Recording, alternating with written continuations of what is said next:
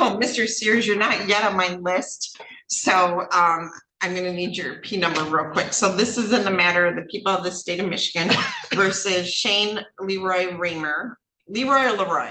Leroy. Yep. Okay. I like Leroy. File number 23-21665FH. I have Brenda Underwood, P41009, appearing on behalf of the defendant, and state your, I have Dan Gumto, but state your full name and your P number, please. Your Honor, Nicholas Sears on behalf of people. Nicholas Andrew Sears. I am appearing under Michigan Court Rule 8.120, I believe, which is the observation of waiting for my bar results. Okay, very good. All right, you had your hand up? Yes, I fired her due to misrepresentation When did you fire her? over 2 weeks ago. Was that in front of me? No, that was in her office but the reason I fired her. Well, do you have another attorney? I will represent myself. You're gonna represent yourself. Yes. You know, there's a very famous quote about representing yourself. Do you understand that? Yes. That, you know, do you have a law degree? I don't need. Do you have a college degree? I don't need a law degree. Did you graduate from high school? I don't need that either. You don't need that to represent yourself? Okay, do you have access to, okay, so. I have evidence that shows that the description did not match. And Well, I'm not gonna get into that yet. So you're asking me today to remove Miss Underwood as your attorney, yes, and you wanna represent yourself. if I. Do you understand that even when I have court cases, I hire an attorney to represent me? Well, I can't trust anybody in this system in this area because they all seem to be working together. This case should have been resolved a long time ago during the appeal the first time. She should have objected when the claim was made that I matched that description 100%. Okay, so Mr. Reamer, part of what you're saying shows to me that you don't quite understand how the court procedures work, okay? So your attorney has an obligation to ethically represent you. And so before I would have clients come to me and say, I want you to file this and I want you to file that. And I would say, there's no basis for that. And I don't file frivolous motions, or I would say to them, they have probable cause or whatever. So if you want to represent yourself, you can do that at your own risk. You have the right to represent yourself. But what I will tell you is that Miss Underwood is the bane of most prosecutors' existence because she's a little pit bull and she doesn't put up with a lot of guff from them, and she's a tough defense attorney. So you may not like what she says, but I feel like she's always honest. So that being said, if you want to proceed and represent yourself, you can. But you understand you're going to have to file written motions. You're going to have to follow the court rules. This is the trial, right? No, it's a pre-trial. How is this not the trial? I was told this is going to be the trial. This I'm is supposed to be I'm supposed to be sitting here with a jury today. No, you're not. Yes, You're Mr. Raymer. I schedule jury trials and I haven't scheduled you a jury trial. I was. Yeah. Oh, wait. You're the one that didn't show for the pre-trial. That's why. Is that why? Your Honor, if I could speak Yes. for a second, I think the first thing we need to do. I'm is sorry. address The bench warrant. Yes. So Mr. Raymer, Representing you Mr. failed. Raymer. Yeah, he failed to appear for the pre-trial conference. That's correct. All right. So everybody stop talking for a minute. So Ms. Underwood, thank you for reminding me of that. Mr. Raymer, you had a final pre-trial conference on December 11th, and we gave you a notice of hearing, and you failed to appear for that pre-trial. And because you failed to appear for that pre-trial, I canceled the jury trial because it cost me a lot of money to have a jury here. And so if you're not here for the final pretrial, I'm not going to trial until I get you here. So I actually issued a bench warrant for your arrest for failure to appear for the pretrial. Do you understand that? So Ms. Underwood's now asking for me to set aside that bench warrant. Is that what you said? Thank you, Your Honor. He did demonstrate to the court that he can show up by showing up this morning. Okay. So Mr. Raymer, so Ms. Underwood's asking me for me to set aside the bench warrant for your failure to appear on December 11th. Do you understand that? Speak. Yes, ma'am. All right. And Mr. Sears, any objection to me setting aside the bench warrant since he has it today? No, Your Honor. All right, so Mr. Raymer, I will quash that bench warrant, and I'm sorry, I didn't look back to see that this was the original trial date. So that's my procedure. If people don't show up for a pretrial, I set the jury trial as the pretrial, okay? Do you understand that? So that's why Yes or there's no no, jury. Yes or no? I did answer that. So we're recording, so we have to hear you, so you have to speak up really loud, okay? I said yes, ma'am. Louder. Yes, ma'am. Okay, so Mr. Raymer, all right. So Ms. Underwood and Mr. Sears, this is a date and time set for pretrial. Mr. Raymer, I have your attorneys did file all the paperwork. Ms. Underwood, do you want to speak to Mr. Raymer for a moment? Your Honor, I'm not sure that would do any good. Okay.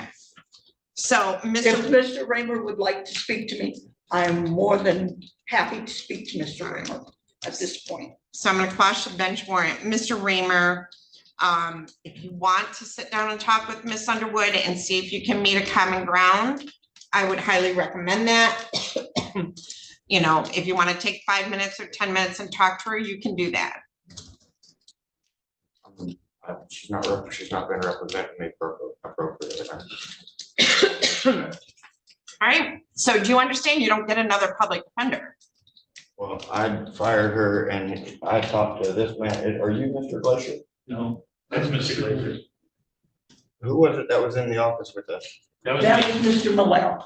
Okay, Mr. Malero and her why was he in the office when? 'Cause he's- In the, All right, so Mr. Raymer, if you are firing Miss Underwood, or I can grant that, but I don't have the ability to appoint another public defender to represent you. no, They are a I- separate entity. If I can't get somebody to represent me that's doing the job appropriately, then I will represent myself. Because I can prove that I was not that person that they're claiming. That's what a jury trial's for. Yeah, and when it comes to the jury trial, then I will take care of it there. But I don't need somebody that's not gonna represent me appropriately. Okay, well, I really doubt that she isn't appropriately representing you, but, so Mr. Glazier and Mr. Malaro, he's asking for me to, he's asking to fire Miss Underwood, so, If I may, Your Honor. yes, Your Honor, I vetted Mr. Raymer's claims about Ms. Underwood's representation. My understanding, she conducted a preliminary examination. She also filed a motion to dismiss, I believe, that was heard and ruled on by this court. I have not determined that she's done anything that did not require, or that was not required of her. And so I denied Mr. Raymer's request to appoint a new attorney. For one of the reasons was that a trial date was imminent and it would be almost impossible for any attorney to get up to speed. Ms. Underwood is clearly ready to go to trial in this case. I think, as the court, I think, is aware, Mr. Raymer just doesn't like what he hears.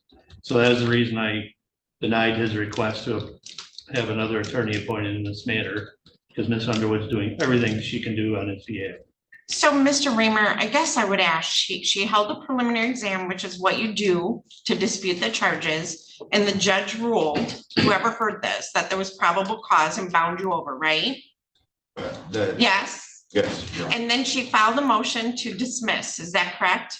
Yes, Your Honor. And I denied that. Yeah, because you was. What else is she supposed to do? You was given false information. All she had to do is object and let it be known that I did not match the description of the person. That's for a jury to decide. No, that's for the. Okay, well, I'm glad that you were trying to explain the law to me. So if you do not want her as your attorney, I will remove her Yes, as I your do not want attorney. her as my attorney. All right, so Ms. Underwood, you are relieved of your duties. So Mr. Raymer, you can either hire an attorney or proceed as you are. So I will get another jury trial date. Mr. Raymer, you will need to file with the court jury instructions and voir dire questions. And those are gonna need to be filed by a certain date. And how do I go about doing that? I can't tell you because I can't give legal advice. That's why you had an attorney. So you're gonna have to figure that out on your own. Okay, well. I can't give you legal advice as a judge. That's all right, That's what Miss Underwood was for. but she wasn't doing her job. She did do her job. No, she But- failed, I'm not gonna argue with Mr. Raymer. So Miss Adams, I'm looking for a trial date. Judge, you want me to find the first available? He's not in custody. It's a 1-day trial, so sure, but he's not in custody, so. First available is April 22nd at 9 AM. Does that work for you, Mr. Sears? Your Honor, that does work for the people. All right, does that work for you? Okay, so I'm gonna set trial for April 22nd of 2025 at 9 AM. And I'm gonna set a final pre-trial for Miss Adams. Do I have April 9 available? Yes, Judge.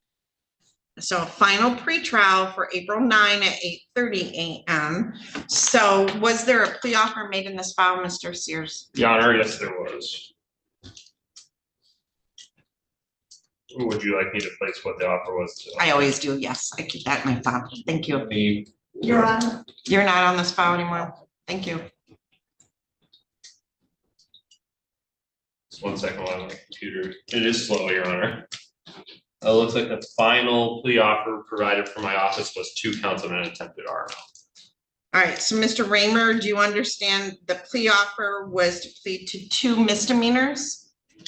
Yes, sure. Okay, so those are 1-year misdemeanors, so it'd be 2 1-year misdemeanors in lieu of the 5-year felony, because you have, well, 4-year felony, police officer assaulting and resisting causing injury, and you have 2 2-year felonies for police officer assaulting, resisting, and obstructing, and 1 misdemeanor for disorderly person.